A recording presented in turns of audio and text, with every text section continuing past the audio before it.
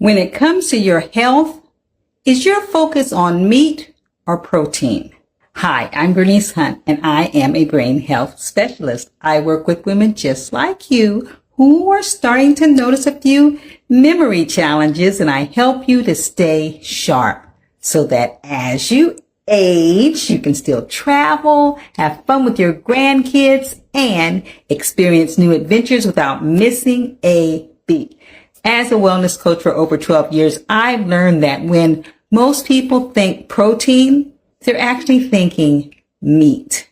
And I get it because meat packs a lot of protein all at one time. Did you catch my last video? I had a video a few days ago and I talked about eating or not eating meat. And I also told you about the question that you should be asking. You can find that video still on my YouTube channel or on my Facebook page, Keep Your Brain Sharp. But tonight I wanted to talk about the real issue, and it's protein, not meat, because we're going to talk about what protein does for your brain, how much you need and when you need it, and also what kind of protein you should be looking for. So we all know that protein is essential for our health, and it does a lot of good things for our body. It's the building blocks, all of that stuff. But did you know that the brain consists mostly of fat, water, and protein? So protein is used to make those chemicals, those neurotransmitters that carry those signals from one cell to the other. Protein is needed to make that. And also protein increases your mental clarity, your working memory. It increases what they call your executive function. That's how well you can make decisions and handle tasks and all that good stuff. And it even regulates your mood, your pain, and your anxiety. So protein is very, very important to your brain. So how much protein should you be eating? That's a very good question because it depends. Depends on who you are and depends on what your situation is. Okay? The rule of thumb, though, for adults, if you're over 65, you should concentrate on having half your body weight in grams of protein. Just like, you have half your body weight in ounces of water, half your body weight in grams of protein if you're over 65. If you're under 65 and you're a woman, the rule of thumb is about 45 grams of protein a day. If you're a man, it ups it a little bit to like 55 grams of protein a day. Okay, so that's just ballpark for you. Now, of course, if you are a child, if you're pregnant, if you're an athlete that's very, very active, of course, you may need to up those amounts of protein for you, okay? But the other question you need to consider is, when do you eat your protein? Because in the culture that we're in, a lot of people pack their protein at the end of the day, at dinner time. And the experts are saying that's not really a good thing. In fact, you're supposed to spread that protein out throughout your day. You're not supposed to pack it all in one end. You need the protein in the morning. You need it midday. You need it in the evening as well. So because protein, two of the attributes of protein is that it sustains energy. Okay.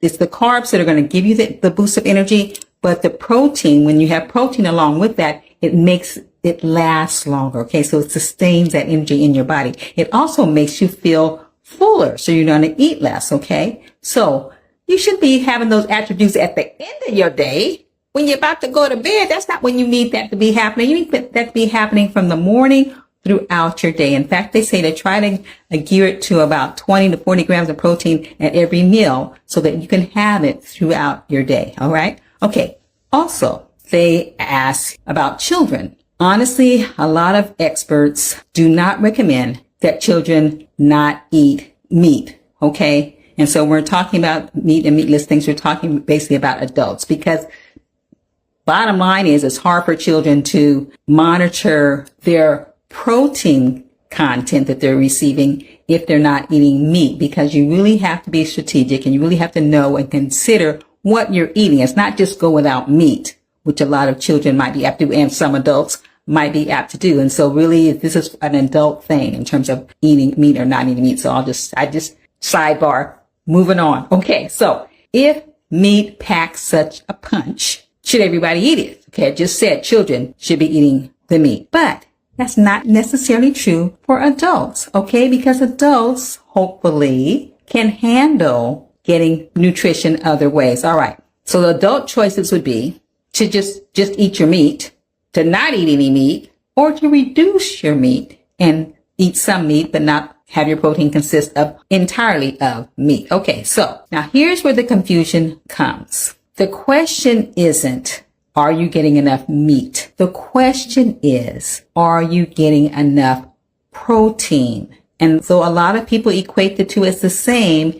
There is protein in every kind of food that you eat, but there's more protein in some than others. Some have what we call complete protein. It's a complete protein, which means it contains all 9 essential amino acids that make up a complete protein that give you every aspect of protein that you need. And some are incomplete proteins, and they have to be paired with other incomplete proteins that are incomplete in other ways, matched up so that you equal a complete protein. So that's where it gets kind of tricky for people if you haven't studied it or learned what to do. And that's one reason why they don't recommend the children do it, because it's hard for them to keep up with all that. But we're adults, right? So we should be able to do that with a little practice. Okay. All right. So here's the deal.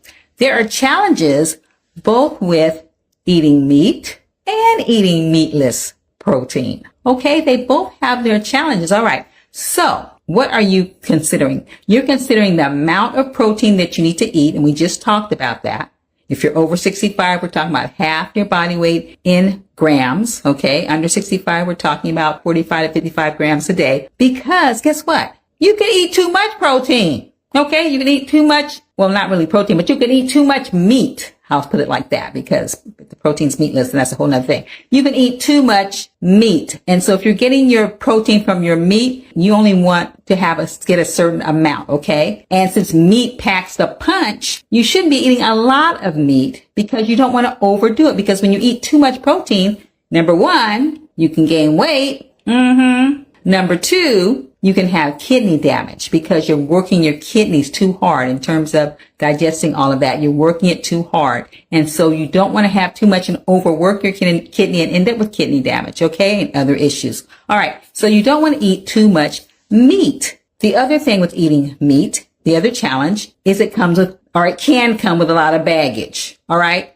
You know what I'm talking about. If you're eating meat, you should be looking for lean, grass-fed, or wild-caught meat, okay? Because you don't want to get all those extra calories that's coming from the fat, and you don't want to get all those toxins that are coming from those other substances that shouldn't be there. All right, so you have challenges with meat. Not to say you shouldn't eat it, but be aware of those challenges. You don't want to eat too much of that meat, because it's a whole bunch of protein, and you don't want to eat the kind that is unhealthy, that's not lean or grass-fed or wild-cut. However, meatless protein has some challenges too. So they don't get off with no challenges. They have challenges too. Now theirs is on the other spectrum. The protein that's in meatless foods is a lot smaller in quantity than what you would get if you had the meat. All right. So therefore you have to eat more to get the same amount of protein out of it. Also, some people are sensitive or allergic to certain meatless proteins or plant-based proteins. Okay. And they can't eat that. So you have to know what you can and you cannot eat.